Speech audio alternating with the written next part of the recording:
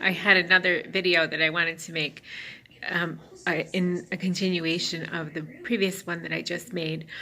And this one is in regards to the justice system in Clearwater, Florida.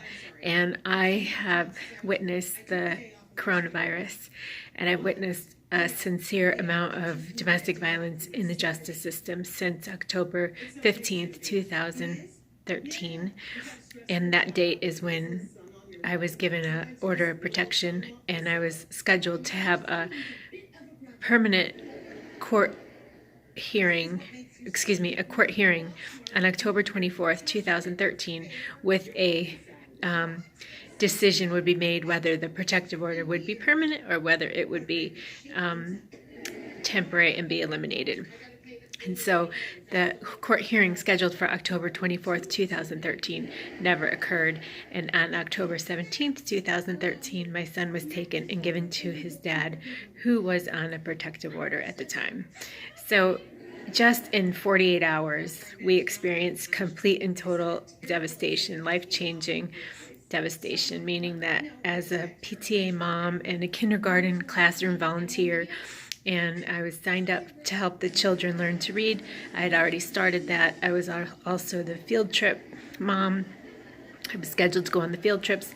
I was working as a coach in the middle school at Largo Middle School with the kids, and I was just starting to work with children in the school system in Pinellas County. Have already worked with adults for many years in the state of Florida. And so I share that background with you to say that over the course of the past 7 years, because it started October 17th, 2013, is when the separation occurred. But what has happened is that each time I try to see my little one, I have been arrested, and it included bringing him presents on March 16th, 2017. I went to the local police station in Stuart, Florida, and I asked for help for identity theft, and I brought my insurance documents with me, and they told me they could not let me leave, that there was a warrant out for my arrest. And I had no idea, because I had just arrived in Florida like 2 months before. And what I was told was that there was outstanding warrant, and I was transferred to Pinellas County. It was the most horrific experience. Honestly, that was probably one of the many justice system horrific experiences of being carted in a truck with handcuffs on my ankles and on my wrists. And I was transferred in the clothing I had on, which was jeans and a halter top and high heel shoes. I was not prepared for being arrested. And I came in professionally as a mom who requested a review of the Department of Revenue decision to make me pay child support. And I had worked on that from Georgia, and I had been emailing them, chatting with them on the computer from a safe house in Cedartown, Georgia. And when I notified them via chat that I needed to request a hearing, I came into Stuart, Florida, and then my plan was to get over to Pinellas County.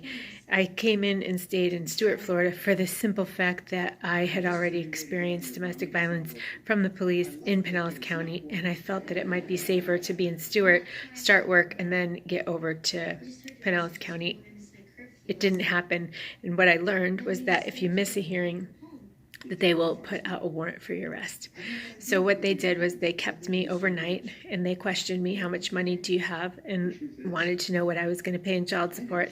And then they released me on the streets with the clothes on my back and, as I described what I had on and my paperwork. And so never did I receive justice. I was court ordered to pay child support, and I was court ordered to do this at the rate of minimum wage, meaning that they anticipated that I would work at minimum wage, put that in writing, and then ordered me to pay child support. And so that was that was actually Mother's Day. That's how I spent Mother's Day 2017. And frequently on Easter and Mother's Day after that, I experienced something similar. And so the time frames that I'm arrested usually are time frames that are special to me, when I want to say thank you, God, for giving me a son, and want to bring him presents, or Happy Easter. We celebrate the resurrection of Jesus Christ. Let's celebrate Easter. I bicycled one time to his home to distribute an Easter egg hunt and surprise him. And I spread out chocolates and Easter bag and presents and a gift card and, gift certificate, gym membership, bunch of things. And I had saved them, and I prepared and bicycled over to Shore Acres and spread these all over from the car, put 2 cards on the windshield wipers, one for him, one for his dad, and then a gift certificate for Kohl's, and then up I went the walkway with Dove chocolates and, a bunch of yummy fun treats.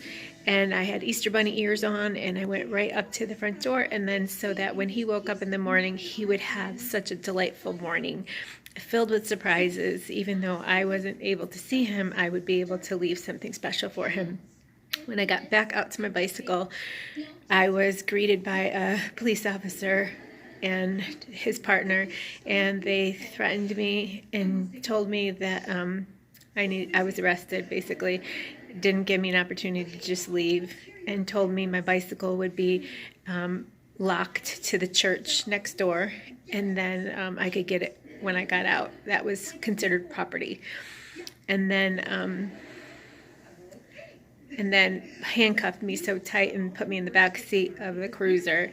By the time I got to the justice system, I was held for, I forget for how long, 3 days maybe, put back out, and honestly just arrested for delivering Easter basket, and not Easter basket, but Easter egg hunt.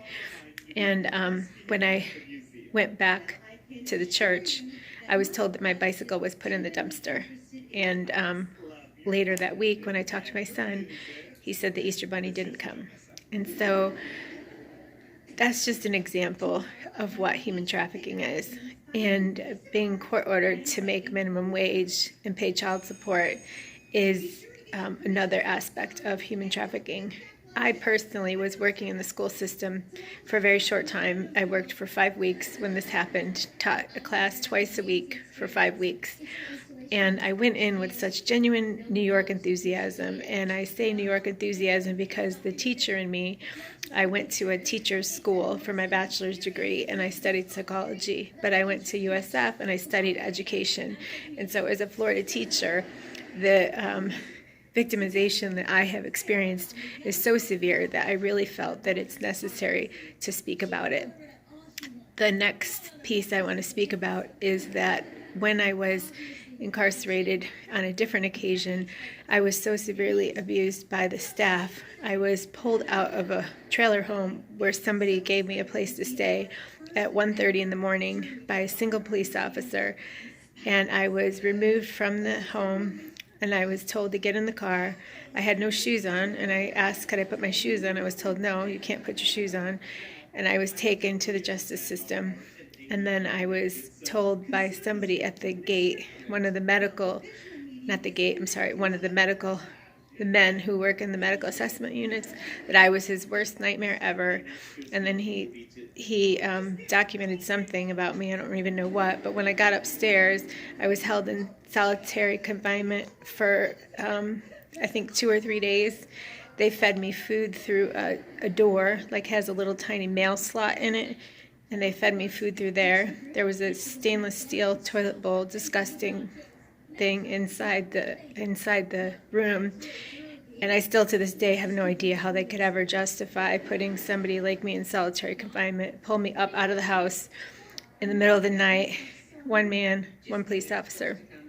So this particular YouTube video only allows you 10 minutes.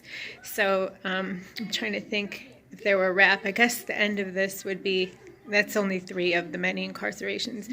One of the final things I want to share with you is there's a video that was playing where a man was in Afghanistan or Iraq in the lobby on the TV and was shooting a little boy And then when the nun came to see if he was okay, he shot the nun.